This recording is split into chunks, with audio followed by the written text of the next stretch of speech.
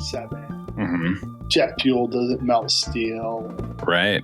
Now, that doesn't mean that Bush didn't do 9/11. Right? I'm just talking about those other parts of conspiracy. Right. I mean, he totally hired all those Saudis to come and do it. We're here today on Redirect talking about how Bush did 9/11. Call in with your... Just kidding. I remember at BYU, there was a professor who waded into the whole jet fuel melting steel beams controversy. And I think he got fired. But I went to like a weird little fireside chat at somebody's house. And it was a weird time. But yeah, but that's because he had a Diet Coke in his fridge. So I want to... Completely different. He got fired from BYU because he didn't have caffeine-free Diet Coke. Exactly. That's what I heard. People are saying. Some people are saying. Right. Yeah. So it is 9/11, and we wanted to talk about a little bit. I guess the big thing today is everybody's responding to Paul Krugman, whatever, saying that 9/11 was kind of chill. Like, some people died, but things really sort of stayed normal. I mean, there was no anti-Muslim sentiment afterwards. I mean, what you would expect. Look, Exhibit A in Paul Krugman's, is it Krugman or Krugman? Who cares? Exhibit A seriously, after the tweets, no one should care about how his name is said. After a couple of months, he and his wife went on vacation. So, like, how much could 9/11 have changed? And they got a really good deal. They got a good deal. How much could 9/11 have changed things if he went on vacation just a few months later? Let me ask you this. So this is... Case closed is all I'm saying. Now, you're West Coast. I'm East Coast. And how old were you? You're a little bit younger than me. Yeah. So I'll tell my story and you can tell yours. How about? Okay.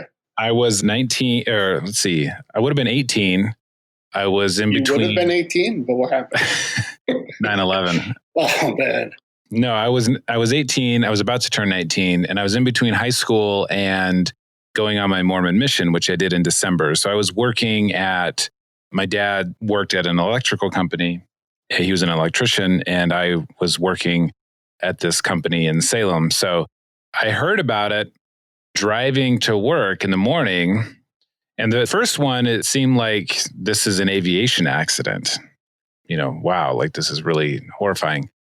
And then there was the second one, and then the Pentagon, obviously. And that's when there was just a real sort of panicky sense of like, we're under attack. But I mean, in Philadelphia, we had kind of a palpable sense that something may be coming down because it's happening really in our backyard. New York's only 2 hours away from us. Most of us that live in... You don't know that they weren't coming for Albany, Oregon, okay? I don't know. We had the same exact feeling as you. No. But, a lot of us know people that work in New York City and even know people who work in the World Trade Center. So it was a really weird time. Me and my wife, I remember we were getting ready to go to school. I was going to law school. She was going to Temple undergrad. And remember, I was in the kitchen and she's like, hey, come here. You have to see this. And I went and we're seeing the aftermath of the first airplane. And it was kind of unclear, as you say, like what was going on. It's just some weird accident. It was obvious that it was like a big deal, right? Sure. Yeah. And then I remember watching CNN and watching the second plane flying to the building. And there was probably a good second or two lapse between that happening and the people on air, like recognizing what happened. Right. And so me and my wife are going like, is this a replay? And then after, when it wasn't, I mean, it was scary. And I remember driving, the towers came down while we were en route to Temple. We were driving down North Broad Street. We heard on the radio. And that day and the days afterwards, there was no air traffic, which is weird because there's always planes flying around, Mm-hmm. When there's a lack of it, it's really stunning. And also, we also had military airplanes flying around doing patrols. And then afterwards, I remember when you started seeing regular airplanes, they always seemed a little too low. We live near the airport, it's Philadelphia. There's an airport. So, the plane's too low because they're going to land. That's how they land, folks. Yeah. Planes have to get close to the ground. It's a gradual process. There's no teleportation involved. But right after that, it always seemed like, oh my God, these planes are kind of low. And then speaking to what Paul Krugman was saying, and I think there is this mythology about 9/11 that afterwards we all kind of came together as a country and we were united.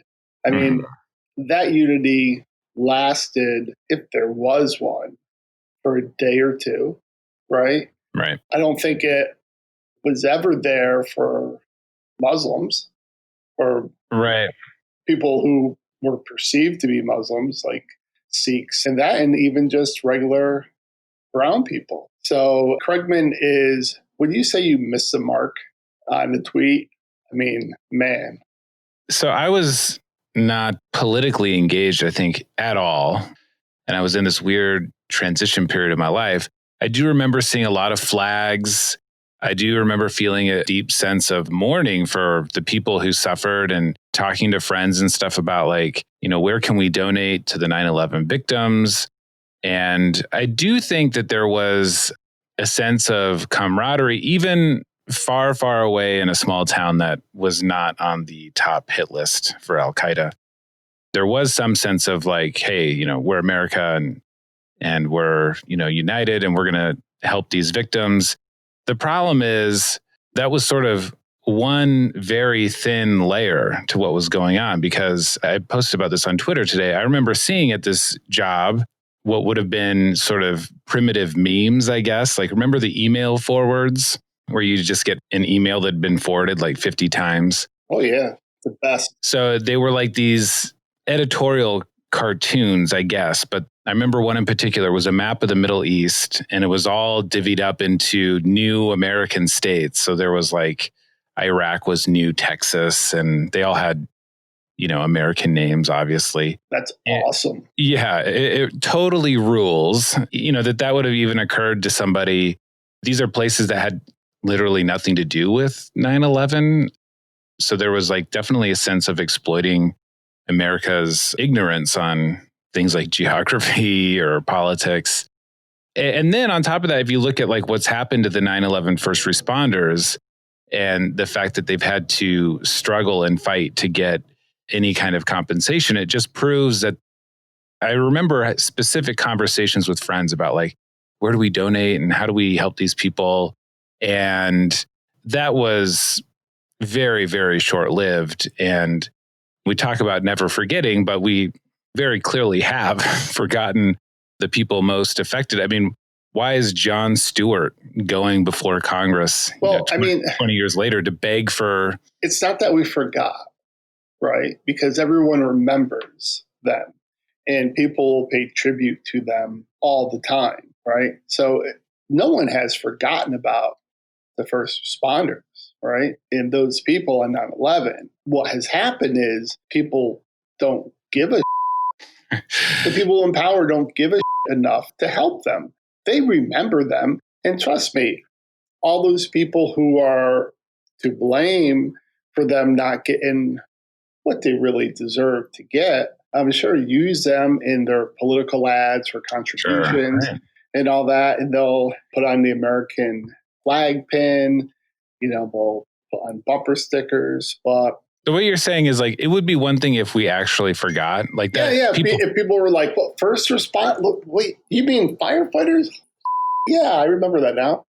People forget, and that's a human error that can happen, and we could almost forgive that. What you're saying is it's worse because we haven't forgotten. We remember and don't care.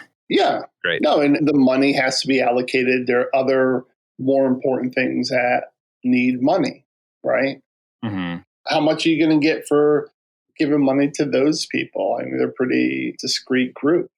And I just think that's the feeling.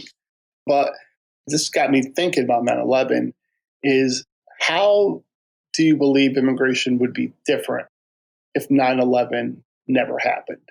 So I'm not a great person to talk about this because, as I said, I have no. No, we're not a great person to talk about anything. Yet we do. Yet we do. Let me talk about some stuff I don't know. I mean, that's why white guys have podcasts, basically, right? To pontificate. Yeah, I was thinking that we should change the name of the podcast to two white guys railing against the system or something, just so it's it's better tagged for people so they understand. Yeah, the comrade connection or something stupid. So we should talk about DHS, the Department of Homeland Security. This is the agency that sort of 9/11 gave birth to, right? Right. And when people say defund ICE, right? ICE is not this great historical roots in this country. ICE was created after 9/11, less than 20 years ago. And I guess the thinking was that a lot of these disparate agencies weren't sharing information that, if properly shared and consolidated, might prevent some future attack, I guess was sort of the thinking, right? So let's bring all these different pieces and bring them under the umbrella of one large agency. That's how I understand it. Is that true? And I think that's what they were. That was a selling point. But when you see that USCIS and Department of Homeland Security have no idea what each other are doing, you wonder how that system really works. But, yeah, I was going to say, I mean, don't you think it's weird that these guys, I think most of them were here on student visas, right? The 9/11 hijackers. Yeah. And so you would think if we're going to sew this up and make sure this doesn't happen again, we'd have some sort of system that was pretty vigilant about following up with people on F visas or just student visas. Like, where are they living and are they enrolled? And we should know that we do have CVIS. So, well, what I'm saying is I've met quite a few people who were on F visas and then they just stopped going and they've lived here for many years. Were they from the Middle East? Well, okay, fair enough. Yeah. Fair enough. The point is, the thing that supposedly this whole entire apparatus was designed to prevent again seems to continue to happen with some regularity. Well, so the listeners know Department of Homeland Security was created after 9/11, and it kind of incorporated a whole bunch of different agencies there. And also, there was a Patriot Act that was passed after that, had a lot of dire consequences for immigration. Well, I think even when you go beyond the form of, the departments and laws that were passed, I think you saw kind of a drastic turn in our view on immigration. And we've had Matt Cameron on, who's talked about how historically we've been a racist country with immigration since our inception. So I'm not going to say this made us racist. No. But before 9/11, anti-immigration was more about economics. They're going to come and take your jobs and all that. And while that can be persuasive for a lot of people, I don't really think it carries the day, because I think people recognize that immigrants do bring value to this country. But when you add in terrorism, and now this is a certain national security threat, all we have to do is play the images from 9/11 to really bring home that point. And then when you fast forward to the Boston Marathon, to that bombing, if you remember, there was, I think the DREAM Act was just about to pass, and that put that on hold. So now terrorism and national security are the two cudgels that are used against immigration. When you have Trump talking about diversity, how does he say it? Diversity. Yeah, lottery.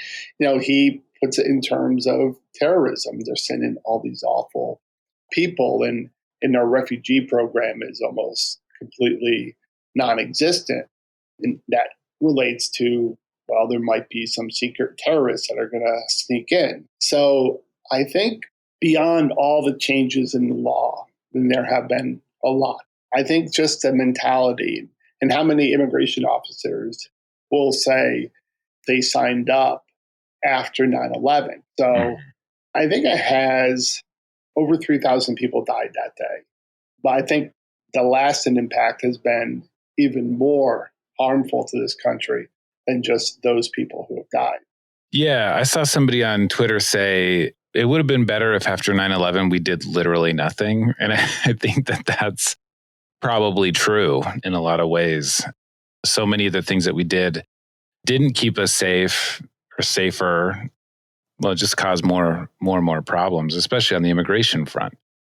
But you're right. I mean, it's hard to erase the images from the mind of a person. And if you have politicians willing to go out and use it very sort of explicitly as a way of stoking fear, I mean, that's a powerful thing.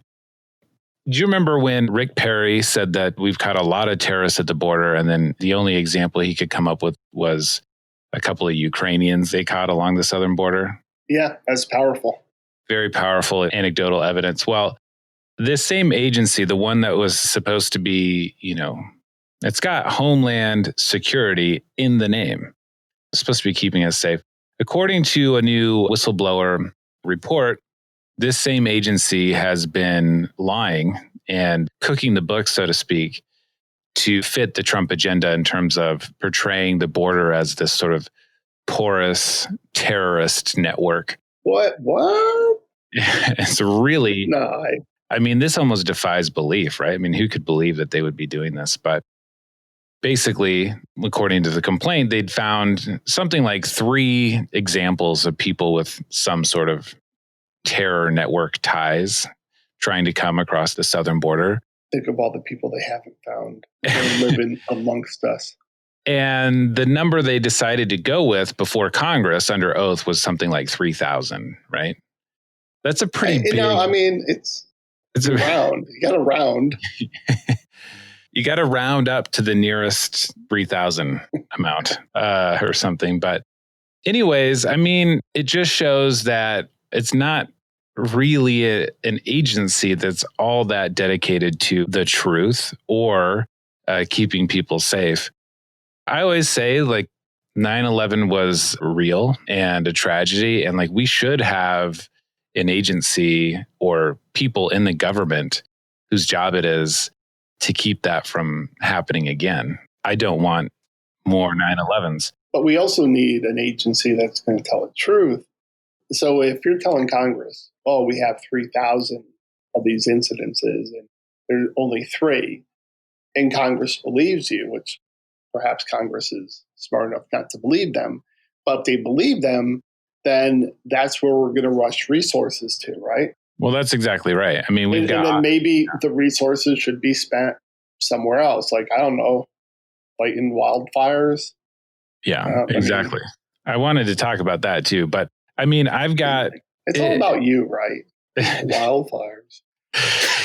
It's weird to have. It's just an agency and a set of laws that are just so disjointed. Like, our congressman's talking about how many farm workers we need, and in the meantime, ICE is tied up here in Yakima, having asylum seekers do these regular check-ins and GPS ankle monitors, and they're being denied work permits. And so locally, there's work that needs to be done. And there's a whole population of people like sitting around who want to do it, but are being prevented from doing it by the agency that's supposed to be theoretically keeping us safe. And we're not safer because of that. Give those people work permits, let them work in the fields, and have these officers go fight fires or perform actual investigations into like actual human trafficking or whatever. But it's just the agency, so many of the resources are tied up in doing these sorts of like, well, we just have to do this types of activities that don't further any real interest as far as I'm concerned. Yeah.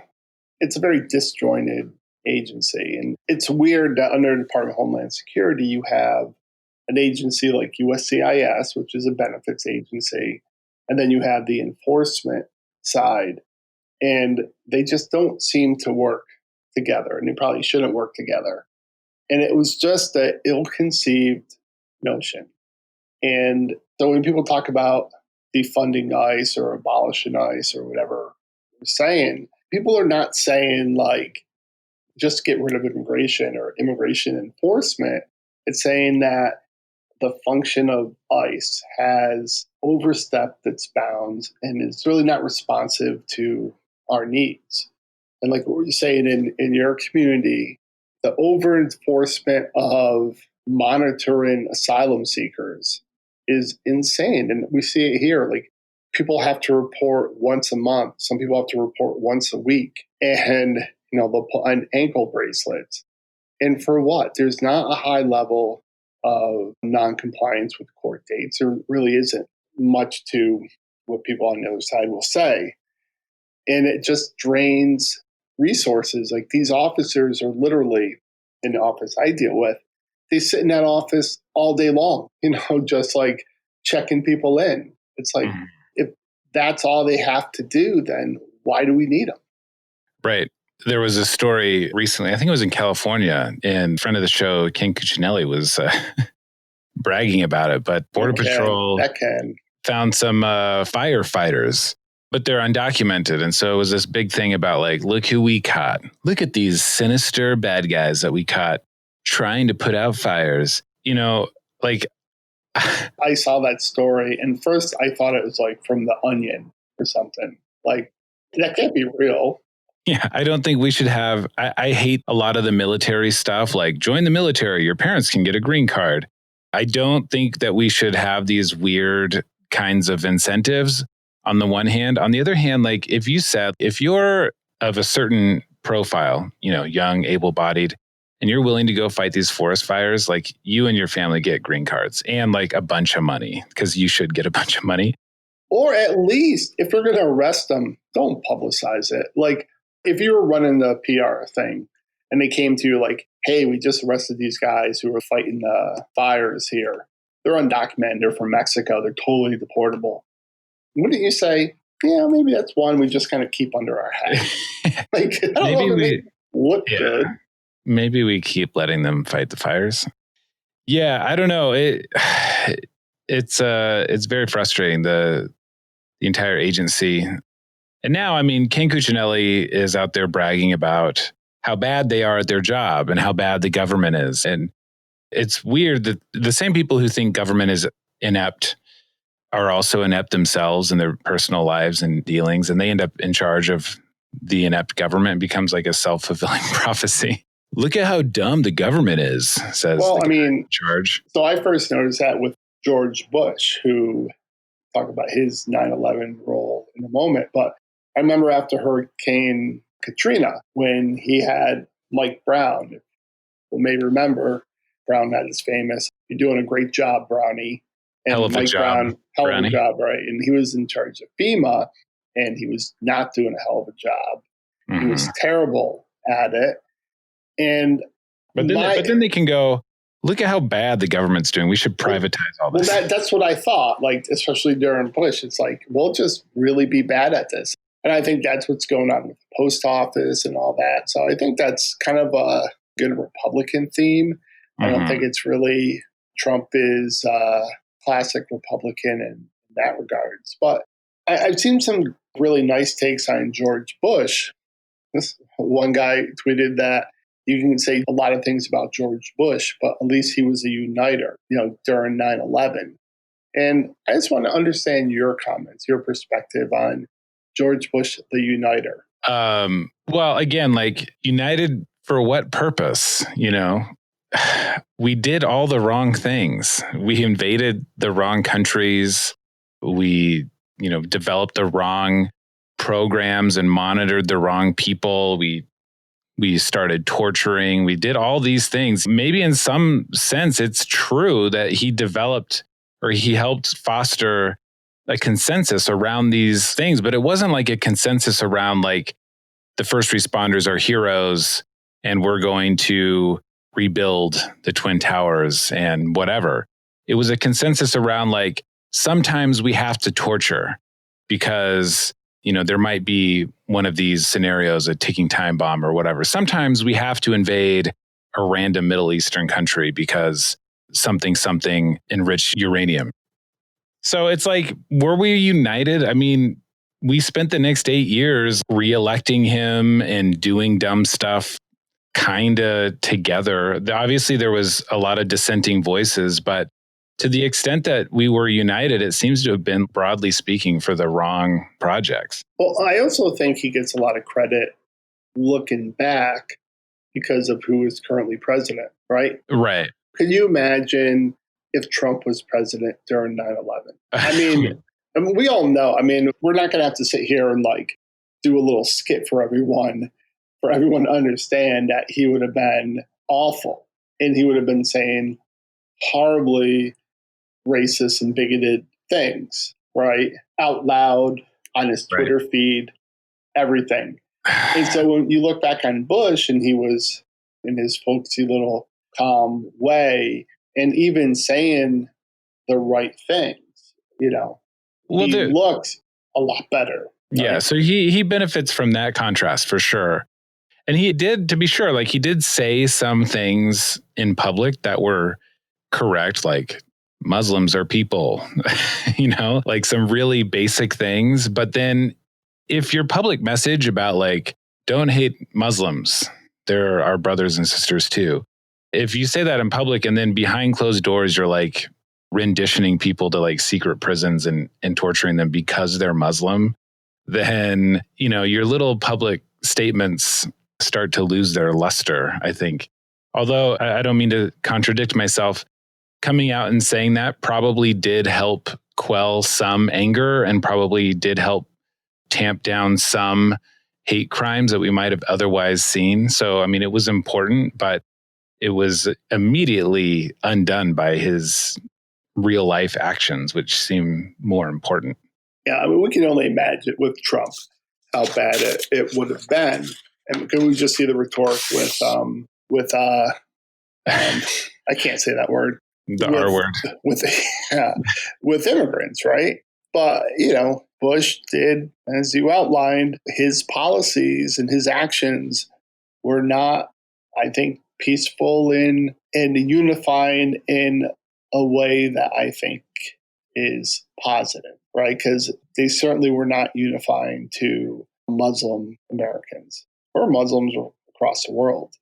And it was, I mean, when you look at the End Sears program, which was Muslim men from certain Muslim countries had to register with immigration, that was the genesis of our current spate of racist and bigoted immigration laws. So in contrast to Trump, Bush looks fine or looks better because of the tone, but policy-wise, no. Yeah, the main difference, I think, is Trump speaks to his base in a way that's very direct. And so he has a way, I think, of mobilizing those people, which is what I'm frankly a little bit afraid of in the coming months. Whereas Bush, I think, avoided that. I mean, he did all the terrible things, but in private or in policy. But he wasn't trying to like mobilize angry lynch mobs, which, okay, he gets one credit point for that, I guess. But I don't know. You have any other 9/11 thoughts? I do think it's a day of, I don't know. I want to say mixed emotions, right? Maybe you forget, but I remember it was kind of scary. And just looking at some of the footage brought back some of that memories. I remember being immensely scared and sad and all those things. So I don't want to minimize it, but we're up to close to 200,000 dead from the coronavirus. And for so many, it's just a joke, right? And it just blows my mind that there's so many in this country they look at the coronavirus, they think it's a hoax or it's not that big of a deal. And over 3,000 people died in kind of horrific and in a very sudden way on 9/11. COVID-19 is, what's it called? The invisible enemy or something, right? So it's not as dramatic, but, by the time people are listening to this podcast, there'll probably be close to 200,000 dead. You got to think about it this way. Bush ran out into Yankee Stadium to throw out the opening pitch. There was a strike. Post 9/11, right down the middle, beautiful pitch, because he wanted to instill a sense of calm, right? He wanted people not to panic. He wanted to show America and indeed the world that he was not afraid. He wasn't going to live his life in fear. And he wanted to put down any sense of panic. And so that's what he did, a brave symbol and act. And something, I mean, people were worried about something like that at the time, and he did it. And just like that, Trump lied about the pandemic and told people it was fine and kept having rallies and told people it'd be gone in a couple months and just made up a whole bunch of horse so that we wouldn't panic. And, you know, he deserves a lot of credit for that.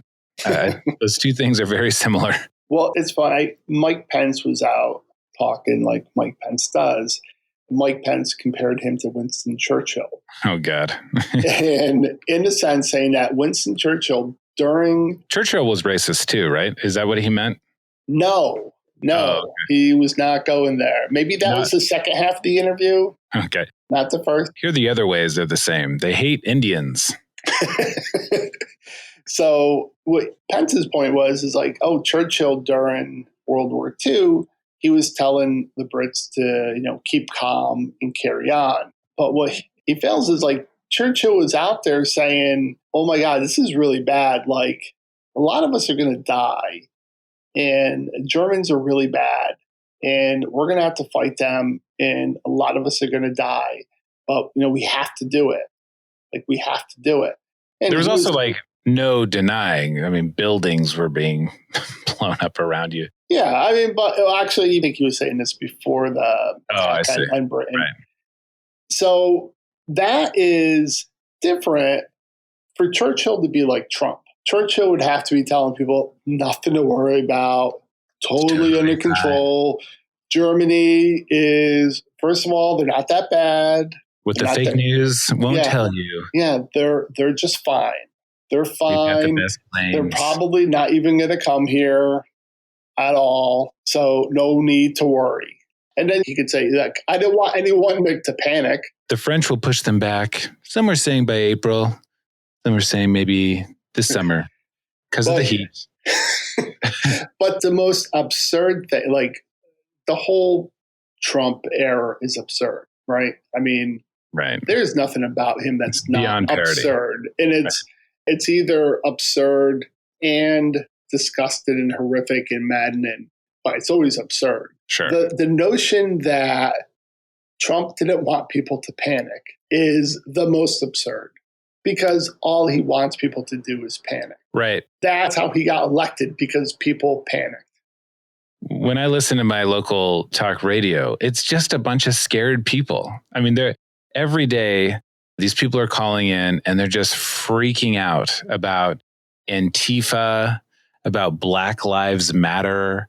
I mean, you know, Joe Biden is a communist. It's just one long scare fest. Yeah, that's the entire project, is just make people scared. So I think that's true. It's also, the example I thought of was, let's say you find a lump somewhere on your body and you go to the doctor and the doctor says, it's totally fine. It's totally fine.